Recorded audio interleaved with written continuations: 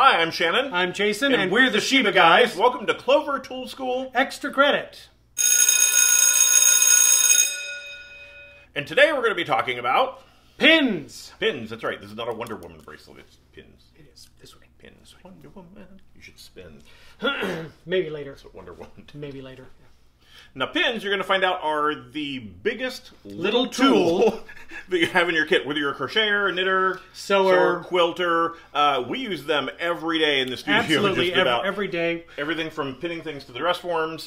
We do that a lot with our crochet and knit garments to see how they look before we seam them up. To blocking, we use blocking, certainly with quilting and sewing, and we're going to show you a couple of our more interesting ways that we found to use them. That really save us a lot of time and a lot of hassle. We're going to show you a couple of those right now. We're going to go down in the basement. We're going to... Ouch. I can't get out. I'm okay. Okay, let's talk about blocking real quick. So I have in front of me a crocheted swatch. We're going to pretend that this has been soaking. It's either been spritzed or somehow saturated with water and is ready to be blocked out to size. So the first thing I'm going to do is I'm going to take my measurement, and I'm going to see that it is currently 7 3/4. And if, for example, I wanted this to be 8 inches when it is at its final size, I'm going to block it to that. So I will take a pin and put it in the corner, and then I'm going to measure down and make sure that that second measurement is exactly 8 inches. Place a pin there. And then I will place one more pin at the center point. From there, it's just a matter of adding pins between any two other pins. So you've got a center point there and a center point there.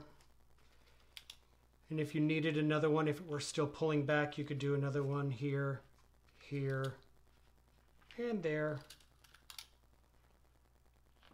and so on and so forth. I would then go on to my next corner and find that right spot. That looks like 8 inches. Pin that one there. Pin that one there. And again, putting pins as needed in the center point and then between any two other pins. And that is how you block knitted or crocheted fabric using Clover Pins. Now, blocking motifs, either knitted or crocheted, is very similar. I'm going to do the exact same process. I'm going to take my swatch and do a quick measurement to begin with. And then I'm going to block the first section. In this case, I'm going across my motif because I know I want it to be 6 inches from point to point. So I place those 2 pins there. And I'm then going to go across this way as well. So I will place one more pin up at the top and one across from so, 6 inches as well. And one last time, just like so. That looks good. I've got these small little bits here that I want to stand up, so I'm just going to go ahead and put one pin in each of them to help them stand out.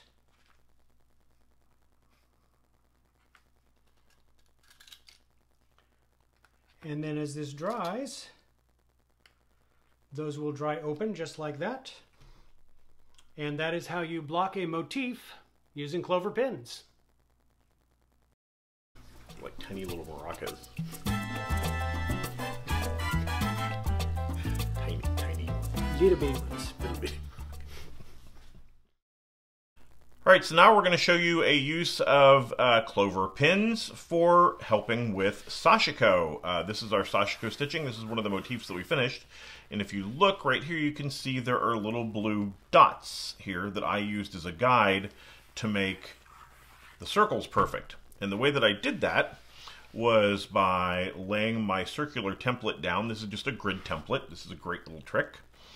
And then pinning, much in the same way if you saw the blocking video that we do blocking. So you pull the fabric very, very tight and then pin it into place. And I like to pin it on the four corners. Right.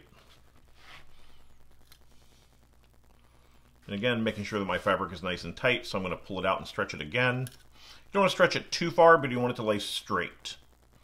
And I'm angling my pins as I do this in so that the point goes in toward the center. You don't want to angle it out this way because it'll slide.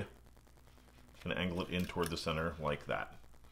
And you'll just add as many pins as you need to fill it up.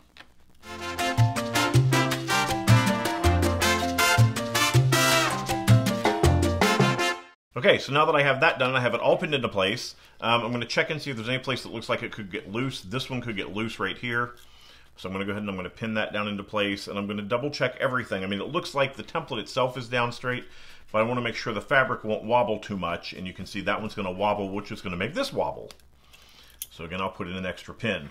This is very difficult to get these finer templates drawn on fabric, and this completely nails it down. So then I can just take a pencil or my handy dandy little Clover marking pens, and these are the little blue dots that you saw. And all I do is I go into there and I make a little circle, I make a little mark inside of the dots that I want it to lay out my template for me. And then when I'm done, remove the pins, and I have those little blue marks that I showed you, and easy peasy. And that's how we use Clover Pins to make templates, layout templates for our Sashiko stitching. All right, so in another use for the pins in the Sashiko stitching, this is more of a modern Sashiko that we're doing. We're using the same running stitches, but you can see that I've drawn freehand a guideline for me to follow here with my stitching.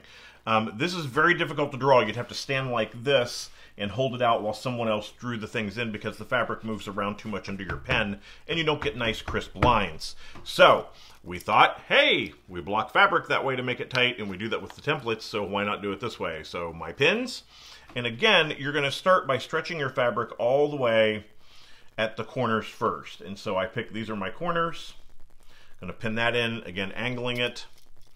And Clover does have pins that are different weights, different sizes, thicknesses, and we like to use the thicker pins for this. These are great. They're good for quilting as well as for applique and all that good stuff. So these are just a general good all-purpose pin.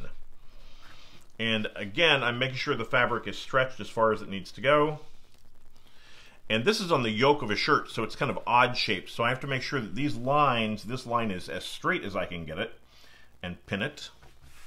Double check it, and it looks like that could be a little tighter. So then I readjust before I move on. And again, I'm checking if the edges are straight, so I'm going to put those in first, right? Remember the rule, outside corners and then halfway points. So because this is a yoke and it has this odd shape to it like this, where the neckline sets in, where the collar sets in, we do have two more endpoints, one here and one here. So I'm going to give that a nice little, I'm not going to stretch it too far, but I'm just going to make sure that it's nice and straight. That curve is laying nicely, so I don't have to worry about that. And then again, this other point, from this point to this point, making sure that is nice and tight through there without being pulled too much. And I see if the fabric's still moving, it's because I need to put more pins down here, and I'm going to go ahead and put all those in.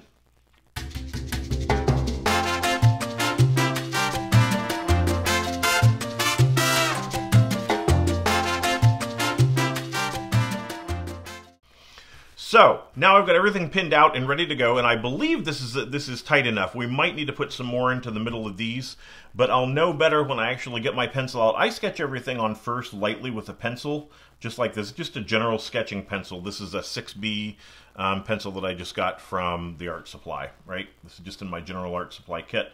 But it's great for testing where you're going to go, and you can see what I did. You can see the pencil itself, the graphite underneath there. And I just use a regular pencil, not a charcoal or anything like that. Then I go back over it again with this great little marker.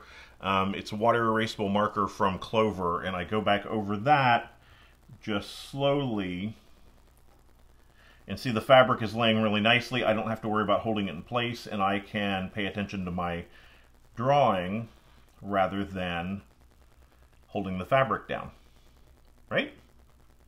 And yes, you could use an embroidery hoop for this, but this would be a big hoop to do this in, and that would be more of like a small quilting hoop. That's not anything that I want to drag out for doing this. This is just a blocking mat and a foam blocking mat and some Clover pins, and I have a great little base for setting up my Sashiko embroidery. And that's how we use Clover pins for Sashiko embroidery. Okay, there you go. And that is how we use pins. Ouch, that is not how we use pins. That's how I use pins. That is how we use pins here in the studio. Let me drop my pin. Okay, so that is how we use pins here in the studio. That's how we use pins here in the studio. That's how we use pins.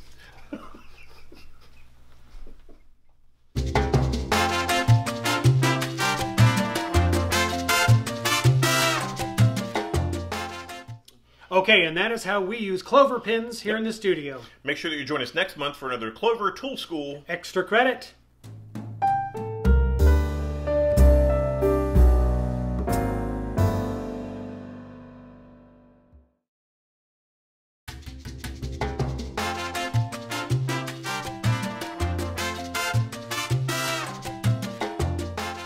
Okay, there you go. And there he goes. He's gone. And there you go.